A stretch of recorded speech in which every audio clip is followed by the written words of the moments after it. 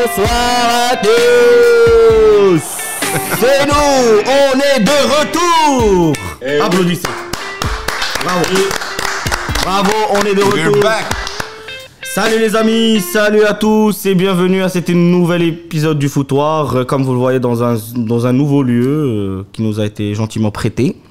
Et nous voilà de retour après une très longue pause, mais on est heureux de retrouver cette chaîne. Alors cet épisode, tout de suite je vous le dis, il va se composer en deux parties. On va faire une première partie qui est un peu plus football et une autre partie qui va être plus extra-sportive parce qu'il y a beaucoup d'affaires extra-sportives en ce moment. Mais qui tournent autour du foot. Exactement, mais autour du foot bien sûr, on va pas parler de la guerre en Ukraine. C'est bon, on a un autre claque, c'est bon. Donc voilà. Donc sans plus attendre, je vous présente les compères. Les compères qui sont avec moi ce soir et je vais mettre un petit salam alaikum. Salam alaikum. Salam alaikum. Voilà. Mehdi et Ali. Donc vous les connaissez des... Bonsoir frérot. Bonsoir, ouais, c'est ça, il faut dire bonsoir Salut, aux gens. Dites amigo. bonsoir aux gens, là, ça fait longtemps, ils ont pas vu la touchokum. C'est vrai, ça fait longtemps. Ouais, vous nous avez manqué aussi. Ça fait vraiment plaisir de reprendre. Épisode numéro. J'en sais rien du tout, mais ça doit être dans les 20 et quelques. 28, 29, 30, 31. Ah non, on doit être 32. Parce que la Coupe du Monde, ça a quand même... On a vécu un véritable hangover du foot. c'est, Après ouais. la Coupe du Monde. Franchement, ouais, on a eu du mal à redémarrer après toutes les émotions de l'équipe nationale. Ouais. Mais on est de retour, c'est le plus important. Et on commence tout de suite avec notre premier sujet, générique, la Ligue des Champions. What's new? Ah, la vérité, pas grand chose de nous. Le Real est gagné. Attends, on a fait du générique, frérot. Un minimum de professionnalisme. Mec, le seul professionnalisme, c'est le Real. Bon alors, la Ligue des Champions, et comme tu as pris la parole de façon intempestive alors que le commentateur ne t'a pas donné la parole, je vais donner la parole à Mehdi qui va nous parler de ce qu'il veut retenir de cette Ligue des Champions, sachant qu'il a rien retenu, donc on va voir ce qu'il va dire. C'est bien. Déjà, je commence par. Tu donnes la parole à un gars de la Ligue des Champions qui est pas dans la Ligue des Champions. Ali, qu'as-tu retenu de cette Ligue des Champions? Moi, j'ai retenu une chose. Le Real, il gagne quand même. C'est abracadabra, le Real va gagner. Le football est un jeu qui se joue 11 contre 11 et à la fin c'est le Real qui gagne, c'est ça? Ouais, il se joue. C'est un peu ça actuellement sur cette C'est dernière fou. période, oui. On a l'impression que le Real. Plus proche du micro avec On a l'impression que le Real ne lève pas du tout le pied quand il s'agit de Ligue des Champions. Dernier exemple en date, c'est le match contre Liverpool, où tu as l'impression en fait que les mecs, ils se mettent des bâtons dans les roues au début pour redémarrer. Pour redémarrer, ouais, c'est ça. C'est presque un auto-challenge. C'est ça. C'est fou. Tu as l'impression qu'ils s'ennuient un peu. Donc du coup, ils se prennent 2 buts. Ça, tu comprends pas. Mais moi, ce que je retiens là de cette Ligue des Champions, actuellement, une équipe qui me surprend, c'est le Napoli. Qu'on va en parler dans un deuxième sujet. On va consacrer une pure partie de ce podcast au Napoli. J'aime beaucoup cette équipe, enfin cette saison plutôt.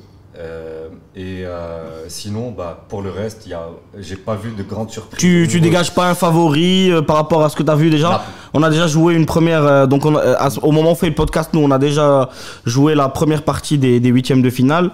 C'est bien engagé pour le Real, c'est bien engagé pour le Bayern, c'est bien engagé pour Naples, c'est ce genre d'équipe. Est-ce que tu dégages un favori ou Pour moi, le favori reste le Real.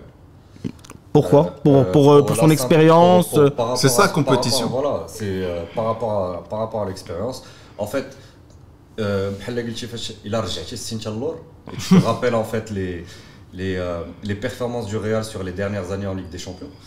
Il y a eu des matchs où à chaque fois on disait ça fait. Ça s'arrête là. Ils vont lâcher. Ils vont lâcher, ouais. Et ça n'a pas été le cas, que ce soit contre Chelsea, si vous vous rappelez, contre City. Contre City, contre Liverpool récemment. PSG aussi, PSG. en huitième. Donc c'est une équipe qui sait s'adapter à la pression de cette Ligue des Champions au haut niveau.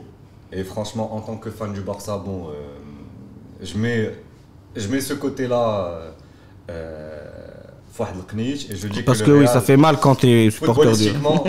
footballistiquement, c'est incroyable ce que fait le Real Madrid en Ligue des Champions. Voilà. Et toi, Ali? Et juste pour finir, Oui, il m'a dit. pour moi, il y a le Real. Il faut faire très très attention à cette équipe du Napoli. Donc pour toi, tu dégages deux favoris, le Napoli d'un côté, pour le côté outsider. Trois équipes, ça serait... Madrid, pas de Bayern, pas de... Madrid, Napoli, Bayern. Voilà, ok. Donc Bayern quand même. Donc un top 3, ok. Bah, toi, Ali? Les grandes équipes, ouais, Bayern, Real, ça reste toujours parce qu'il y a cette expérience. Il y a une aura autour de cette compétition où ils sont toujours pas favoris, mais ils savent comment la gérer. Les joueurs sont des habitués, ils savent gérer cette pression. Et on l'a vu d'ailleurs, c'est pas les nouvelles starlettes, etc., qui vont exceller. Le match contre Liverpool dans les 8e du Real, c'est vraiment les vieux de la vieille, c'est Benzema et Modric qui disent à tout le monde, bon les gars, arrêtez de rigoler, on va se saisir de la situation. Moi je suis pas sûr que ça soit franchement les anciens qui boostent cette équipe. Moi je pense que juste cette équipe, ils ont envie de gagner. Ils ont quand même cette. Ils ont envie de gagner cette compétition plus que les autres. Plus que les autres compétitions, pas les autres équipes. Non, mais même il y a c'est-à-dire qu'ils jouent cette compétition plus que les autres compétitions. J'ai l'impression que le fait que le Real ait une histoire européenne forte les a marqués au moment où ils sont arrivés au Real, qu'ils ont été entraînés dans cette institution, qu'ils ont été entraînés par ce centre d'entraînement, par ces installations du Real, et ça leur donne une aura qui fait que quand ils arrivent en Ligue des Champions, ils activent un mode on va pas se coucher. C'est l'ADN du club. C'est un club qui se respecte sur la scène européenne, pas comme le PSG. On en a parlé sur d'autres épisodes où il y a une masse salariale qui est équivalente peut-être au PIB d'un petit pays en Afrique. Mais avec des joueurs, des superstars, mais ils n'y arrivent toujours pas. Le Real, si on veut parler concrètement de la chose, on regarde la feuille des matchs, il n'y a pas de vrais stars qui sortent du lot, mis à part Benzema, Modric, parce qu'ils ont gagné le Ballon d'Or. Vinicius, c'est un jeune qui a fait un super match contre Liverpool, qui a transformé le match, qui a accordé le but de la victoire l'année dernière aussi contre Liverpool. Tu as des gars qui font le boulot, qui sont âgés. Il y a un bon dosage entre renouveau et ancienneté qui fait qu'il y en a des gens qui ont faim et d'autres non. Il y a un maestro, qui est tu vois, qui est sur le banc, Ancelotti. Et je ne sais c'est incroyable, Ancelotti. Faudra qu'on fasse un épisode spécial sur Ancelotti. J'aimerais beaucoup voir ce qui se dit dans le vestiaire, dans des matchs où le Real est en train de perdre. Et ils inversent la vapeur. Je pense que ça doit être complètement le contre-pied de ce qu'on a pu voir par exemple de l'ère Zidane, où Zidane il leur rentrait dans l'art en mode alors vous allez vous bouger ou pas. Je crois que vraiment Ancelotti, je crois que c'est vraiment la force tranquille en mode ok, vous voulez pas jouer aujourd'hui, tranquille. Non, pour l'anecdote, si l'on voit les joueurs, enfin les superstars qui existent sur la scène footballistique, il y a certains joueurs qui ont des forts caractères, comme Zlatan. Zlatan a témoigné comme quoi Ancelotti l'a totalement lessivé quand Ancelotti était entraîneur du PSG. Va trouver un entraîneur qui puisse lessiver Zlatan, qui puisse faire ça avec un joueur qui a un ego qui est surdimensionné. Je pense qu'il y a aussi le staff aussi, parce que même le préparateur physique qui est très reconnu en Europe, un certain Pintus que je connais pas personnellement, mais que apparemment il leur fait faire des exercices en pré-saison qui font que quand ils arrivent au moment de la Ligue des Champions, ils sont à leur état maximal de physique, tu vois. Genre tu vois, c'est là l'importance. C'est que le Real priorise la Ligue des Champions avant tout.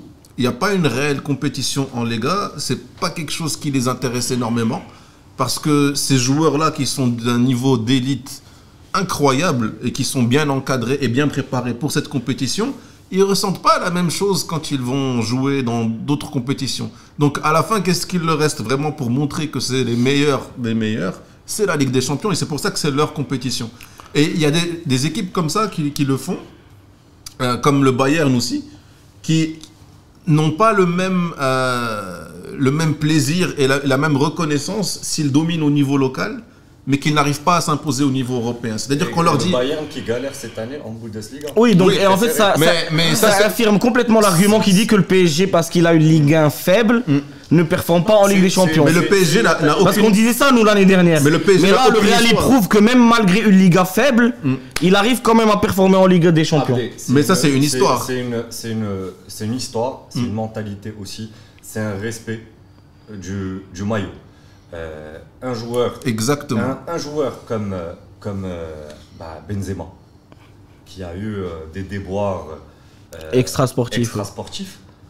a toujours été au top niveau avec le Real Madrid sur les dernières années. Malgré tout ce qui se passait Extra-sportif.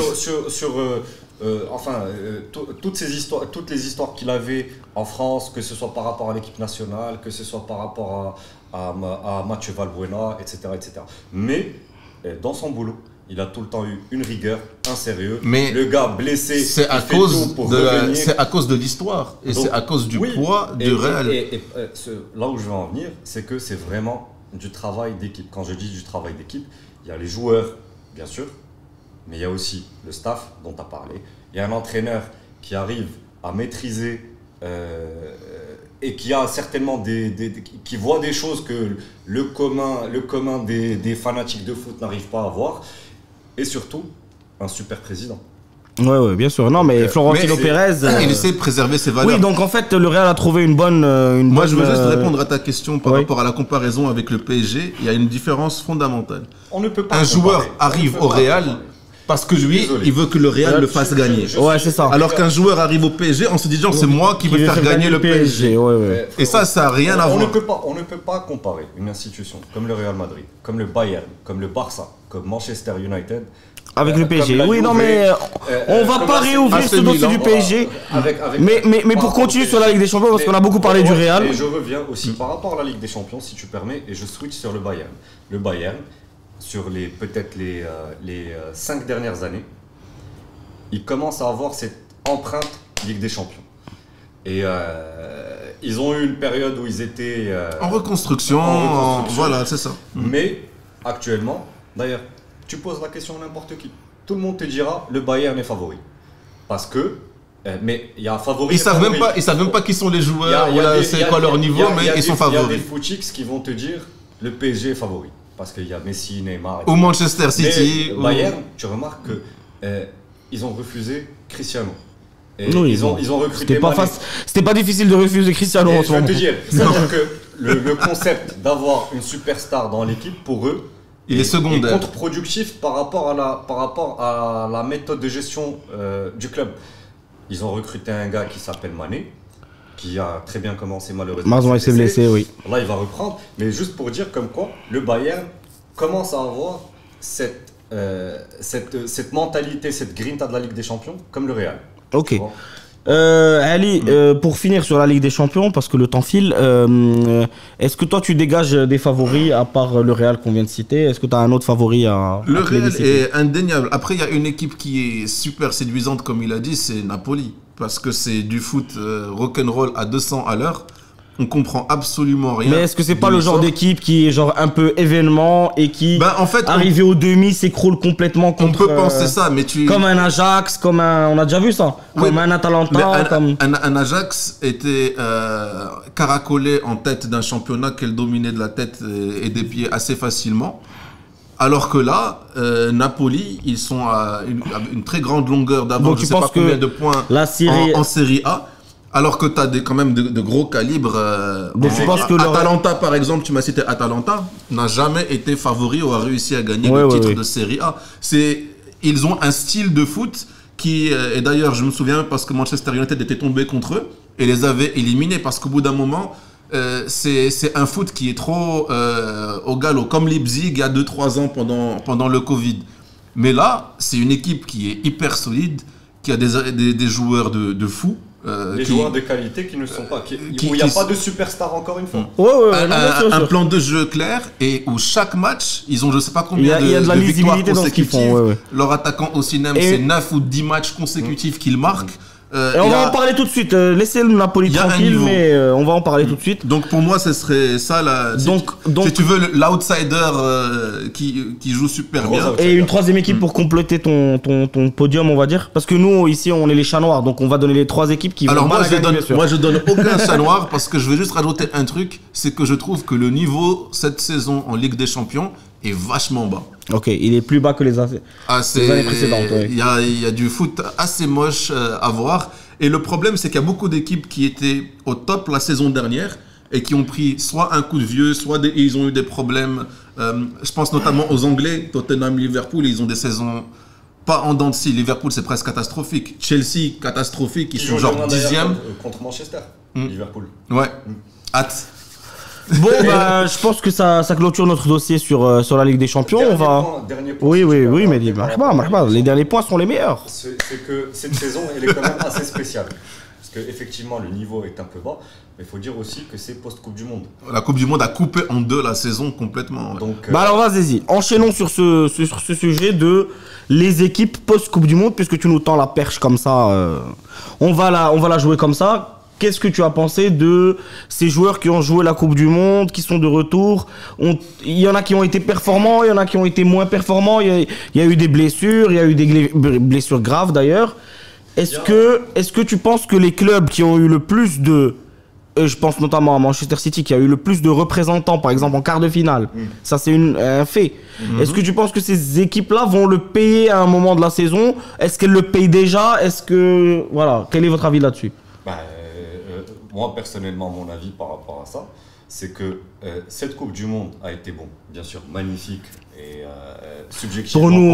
Pour nous, le Maroc, oui, bien sûr. Mais c'est une galère pour les joueurs. C'est une galère pour les joueurs. Pour les clubs. Parce que c'est monter à un certain niveau de compétition qui dépasse la Ligue des Champions. Sachant que certains d'entre eux, 10 jours après la Coupe du Monde, étaient engagés sur des Boxing Day à droite, à gauche. Et d'ailleurs, la France a décidé de faire un Boxing Day comme ça, surprise. Et si tu as remarqué, il y a pas mal de joueurs qui sont blessés post-Coupe du Monde aussi. Ouais. C'est vrai. Ou dont le niveau a vachement baissé. D'ailleurs, tous les joueurs marocains ont accusé un très gros coup. Oui, bien sûr. Mais ne serait-ce qu'au niveau de l'émotion, c'est. Mais il y a deux joueurs pour moi qui ressortent indemnes de cette Coupe du Monde, c'est Mbappé et Messi.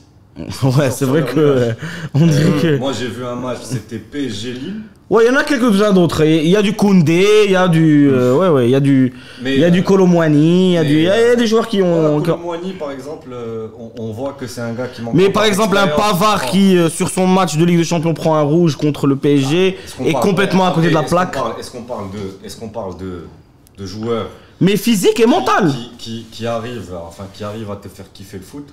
On parle de joueurs qui ont participé à la Coupe du Monde. Qui ont construit une carrière sur un but contre l'Argentine à 4 ans.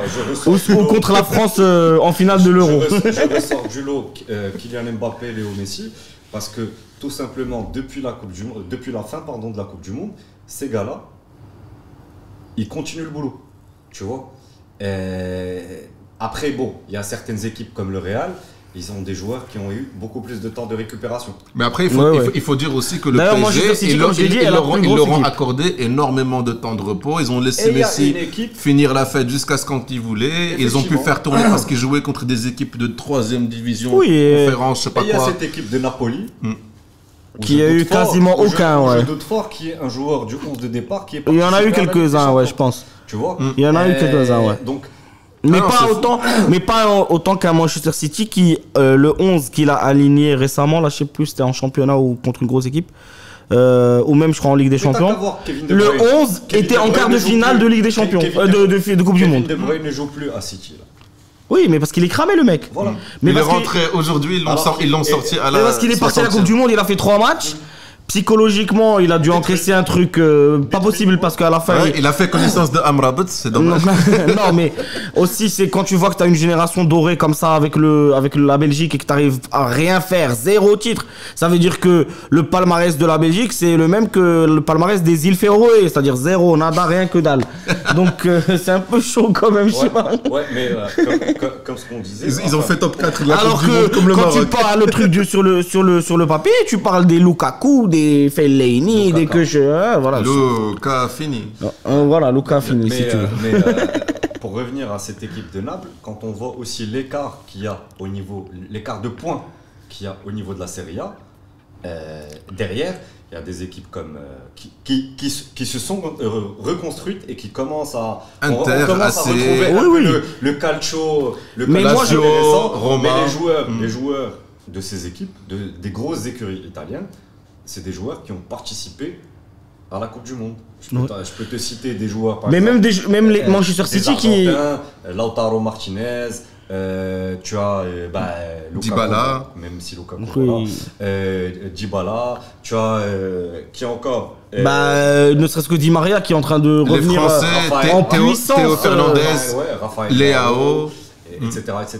Mais cette équipe de Naples, elle a quelque chose de spécial. Indépendamment du fait que ces joueurs n'ont pas vraiment participé ou pas du tout à la Coupe du Monde, elle dégage quelque chose de spécial. Ils tiennent la cadence depuis le début de la saison, avant la Coupe du Monde aussi. Avec un joueur ils ont fracassé Liverpool avant la Coupe du Monde, en Ligue des Champions. Et compliqué à prononcer. Mais aujourd'hui, à Naples, ils sont en train de le comparer à Maradona. Bon, c'est un peu excessif. Comme chacun sait, très excessif. À Naples, ils sont pas très excessifs. Mais faut voir ce qui dégage en Ligue des Champions. Les gars, ils rentrent pour gagner leur match. Ils ont la foi, hein. Oui. C'est fou. C'est fou. Oui. Donc, faut faire très séduisante à cette équipe de Naples. Bon, malheureusement, on n'a pas vraiment. Je ne suis pas un fin connaisseur de Napoli, donc je pourrais pas développer encore plus. Mais en tout cas sur les matchs que j'ai vus, cette équipe me plaît énormément. Donc c'est parfait puisque on voulait parler de Naples. On voulait en faire une partie à part, mais apparemment on a déjà tout dit, donc on va pas continuer. Je pense que on est tous d'accord pour dire que Naples est la sensation de ce début de post-Coupe du Monde, voilà, et qu'il l'était aussi avant d'ailleurs. Je sais pas pourquoi je dis ça. C'est vrai. Et mais voilà, c'est une équipe emballante qui à la fin se fera taper par le Real comme d'habitude. Voilà, c'est comme ça que ça marche. Et bien sûr, vous savez que maintenant on est tous en train d'espérer un Napoli Real juste pour Abdé. Donc là, nous tout ce qu'on dit dans ce podcast, vous savez très bien que c'est le contraire qui va se passer dans la réalité. On verra. Déjà, s'il y a ce match, ça serait magnifique parce que comme je disais, cette Ligue des Champions a besoin quand même de quelques clashs. Un petit coup parce que c'est un peu endormi. Bon, écoutez, alors on va passer à notre avant-dernier sujet du jour. Avant-dernier sujet du jour, c'est l'équipe nationale du Maroc. Donc, après toute cette Coupe du Monde fantastique. Donc déjà, pour informer nos téléspectateurs, c'est que le match Maroc-Brésil se déroule à Tanger le 25 mars. La billetterie n'est pas encore ouverte. C'est ça. Donc, faites très attention. Préparez vos clics. Vous n'achetez pas des faux billets sur Internet parce qu'il n'y a pas encore les billets. Exactement, voilà. Et par contre, nous, on ferait bien d'aller à ce match-là. Ça serait bien pour nous. Ah oui. On va essayer de vous faire vivre ce match. Le photo doit y être. Notre correspondant du Qatar qui a promis une vidéo sur le Qatar qui n'est jamais arrivée.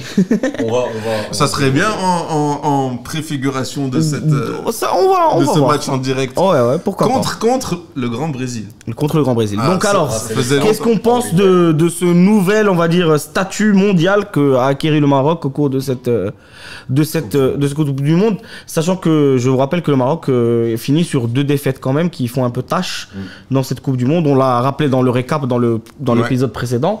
Donc mais on n'en est pas moins fiers. Non, en tant que supporter, on est fiers. Mais est-ce que vous trouvez vraiment que le Maroc a une belle gueule de 11e au classement FIFA? Parce que quand on dit top 15 mondial, on pense à des grosses écuries du monde. Je pense que le Maroc a sa place. Parce que ils ont montré une cohésion. C'est comme les équipes qui vont pas pratiquer le plus beau football dans un championnat, mais qui vont arriver à se hisser dans les 5-6 premières places. Le Maroc en Coupe du Monde avait un football qui était très moche. C'est ça. Mais voilà, il y a des équipes qui sont très offensives, qui jouent un football très flamboyant. Il y en a d'autres qui jouent un football beaucoup plus défensif, Mourinho, il en a gagné des championnats et des Ligues des Champions avec son style de foot. Et nous, on a joué un peu comme ça. Mais peut-être par rapport très smart, avec les moyens qu'on a. Par rapport à ce match amical, il faut faire attention à une chose. C'est que le 11 de départ national n'est pas en forme. Hakimi. Il y a encore le hangover. Hakimi qui est blessé, qui a aussi d'autres choses à gérer. On va en parler, oui. Ziyech qui s'est fait arnaquer carrément par Chelsea. Qui a aussi des affaires extrasportives par rapport à son transfert qui a échoué à la dernière minute, aussi par rapport à sa forme physique qui n'est pas phénoménale. Le seul peut-être qui actuellement fait encore le boulot, c'est Nsere qui claque des buts en Liga. Peut-être que Amrabat aussi qui a vu un transfert avorté et qui n'était pas très content de rester à qui fait un début de transfert à Lyon, à l'OM catastrophique. Mais on n'est pas dans la meilleure forme, la meilleure des formes physiques pour aborder pour les joueurs individuellement. Voilà. Après, tu sais pas, avec le Gréagui, une concentration. Le va donner encore une fois cette grinta aux joueurs et aussi peut-être qu'il va mettre du sang neuf dans l'effectif national. Parce qu'il ne faut pas oublier que ça reste un match amical avant tout. C'est le Brésil. D'ailleurs, je ne sais pas si vous vous souvenez la dernière fois qu'on a joué le Brésil. C'était en 98 ? Ouais. 3-0. Et ce qui était incroyable, ce que je me souviendrai toujours, c'est que c'était un match que le Maroc avait perdu avant même de fouler le terrain. Oui. C'est-à-dire que toute la discussion, c'était... Bon, le Brésil, c'est bien. Qu'est-ce qu'on va faire contre l'Écosse et la Norvège? Qu'est-ce qu'elle va faire? Il n'y avait même pas de calcul ou de rêve. Il faut dire aussi qu'en face, tu avais Ronaldo, tu avais Il Fenomeno qui était au top de sa forme. Et on avait qui au cage? Mais je voudrais revenir sur une déclaration de El Gréagui, parce qu'on parle de l'équipe nationale et de ce match amical, on verra ce que donnera ce match amical, mais je voudrais revenir sur une déclaration de El Gréagui qui m'a interpellé. Je voulais vous faire réagir sur ça. Alors, El Gréagui a dit à RMC, à la radio française, il a dit comme quoi il visait rien de moins que les demi-finales en CAN pour la CAN, et que si c'était pas le cas, il démissionnerait. Alors, qu'est-ce que vous pensez de ça? Est-ce qu'il a raison? Est-ce qu'il s'inscrit pas à plus long terme? Ou, comme il le dit lui, il dit comme quoi les Marocains sont un peuple fier et qu'ils attendent des résultats, et que s'il n'y a pas de résultats, il faut laisser la place à quelqu'un qui peut leur rapporter des résultats. Qu'est-ce que vous en pensez de ça? Vas-y, Ali. Moi, je pense qu'il a raison. Il faut monter la barre haut quand tu es devenu la première nation africaine, arabe et tout, à atteindre une demi de Coupe du Monde. Et tu as montré que tu pouvais rivaliser avec les plus grands. Au niveau continental, tu dois t'imposer. On est toujours favori de toute façon, dans le top 3 ou top 5 des favoris dans toutes les Coupes d'Afrique auxquelles on participe. Parce qu'il n'y a que 5 équipes qui jouent. Voilà. Donc, à la base... avec tout le respect que j'ai pour Gabon, bien sûr. Tu dois quand même faire quelque chose. Je ne trouve pas que c'est non plus une annonce d'une ambition. Dire soit je la gagne, soit et je me casse. Là, j'aurais dit waouh, quelle avancée. Mais dire demi-finale, c'est un minimum, je trouve que c'est logique. Après...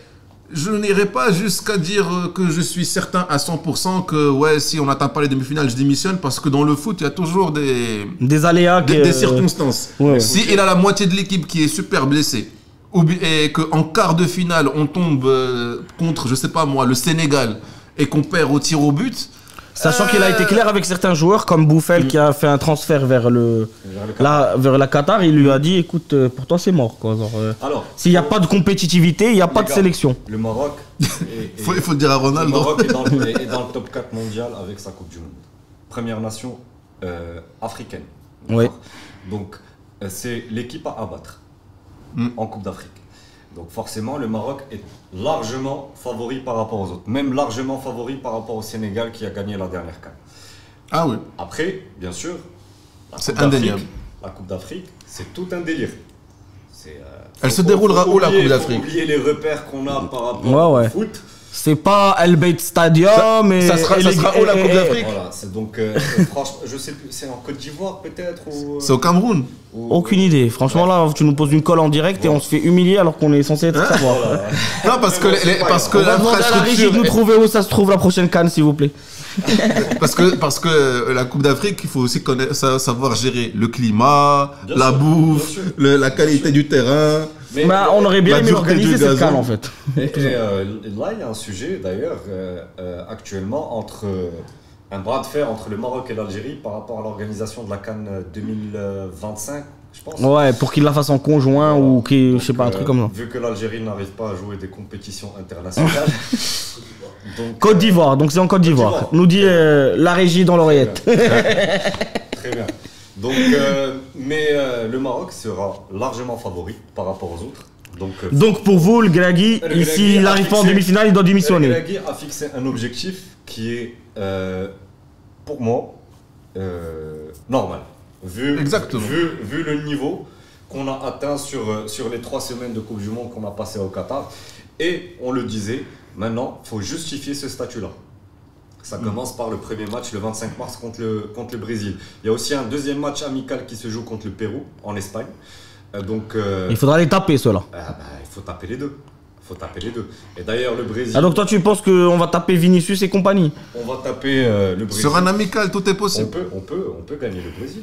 On le saura en direct. Bon, du stade. on verra dès que ça arrive. Bon, alors je vous propose de clôturer cette première partie de ce podcast en faisant un petit mot très bref sur une actualité qui date maintenant un peu, mais qui nous a fait réagir. Donc, c'est le transfert de CR7 dans un championnat non compétitif. Bah, Où, quand il a dit que je me rappelle encore de son interview quand il disait moi aller jouer au Qatar ou en Arabie Saoudite, non, moi je dois jouer la Ligue des Champions tous les Il y avait un ans. petit astérix, je pense, c'est que il savait pas encore qu'il y avait 200 millions par an. Moi, je pense que c'est vrai que c'est illuminer c'est la conclusion logique. Le maximum, un des plus grands joueurs de tous les temps, oui, avec ce qu'il a fait, le maximum de thunes possible. Et un championnat qui va flatter son ego. Tu me diras que de A à Z. illuminer Burj Khalifa avec la gueule de sa meuf, ça coûte un sacré paquet de pognon. Exactement. Et puis aussi, il faut se dire aussi Donc il est à que sa place. Cristiano sera certainement l'ambassadeur pour l'Arabie Saoudite par rapport à l'organisation de la Coupe du Monde en 2030. Écoutez, Donc, pour moi, je vous dis, moi, dans mon avis par rapport à ça, pour moi, Cristiano, c'est quelqu'un qui a disparu du football. Je n'existe plus pour moi. C'est quelqu'un qui n'existe plus parce que... Pourquoi? Parce que déjà, quand il a quitté le Real, déjà, je le suivais moins parce que moi, je suis un fan du Real, pas un fan de Cristiano. Mais encore là, il s'est excentré dans des pays qu'on regarde jamais. Donc, je pense pas que je reverrai de mon vivant un match de Cristiano, peut-être à part quand ils feront le 11 de légende des années 2010 contre le 11 de légende des années 2050 et encore. Là, ce qui est intéressant, mais ce que tu viens de dire, c'est une des occasions où on pourrait le revoir, c'est avec l'équipe du Portugal. Est-ce que vous pensez qu'il va continuer Mais à il être doit sélectionné arrêter, il doit laisser ou pas? tranquille cette équipe du Portugal. Non, entre ce qu'il doit faire, on sait tous qu'il ne va jamais arrêter. Son ego est trop énorme. Mais est-ce que vous pensez Mais il qu'il a va plus le continuer niveau, à être il- sélectionné avec le Portugal? Ça dépend qui aura sur. Moi, je dis que sur le ton banc. club C'est refait Martinez, tourner. c'est l'entraîneur l'entraîneur belge. de la Belgique. Ouais, Ouais. qui entraînait la Belgique. Donc, je sais pas. Un mais choix en tout terrible, cas- d'ailleurs, En, pas en tout cas, il a l'air épanoui dans ce championnat. Tant mieux pour lui. Avec un contrat en or. Faut dire ce qu'il en est. Il n'a plus rien à prouver. Mis à part peut-être. Ah non, mais il a plus rien à prouver, ça c'est un autre débat. Mais nous on parle du choix, de ce qu'il a dit, c'est comme tu connais, c'est comme nous quand on dit quelque chose dans le passé et qu'après dans le futur tu te retrouves à te contredire, c'est un peu... Ça s'appelle faire une abdé dans notre cercle intime. 200 millions par an, c'est difficile à refuser. Ouais. Difficile. Très difficile. Bon, Donc voilà. et ben alors c'est Merci sur ce beaucoup. que se finit cette première partie de notre podcast. Il y aura une deuxième partie, pour nous ça va être dans quelques instants, pour vous ça sera la semaine prochaine ou dans 2 semaines. Donc merci de nous suivre, n'oubliez pas de commenter, de partager. Vous abonner. Ouais, à vous abonner. Faites va naître un revenir débat. en Faites force. naître un débat. On veut qu'il y ait un débat qui naisse dans cette vidéo. Cristiano, le Napoli, le Real, est-ce qu'ils vont encore gagner? On veut un maximum de commentaires pour nous faire remonter dans les algorithmes de YouTube. Et peut-être, que sais-je, plus vous serez nombreux, plus on vous fera de surprises. Donc, sur ce, on vous laisse et on vous dit à ciao, bonsoir. Merci À la beaucoup. prochaine. Ciao. Génial.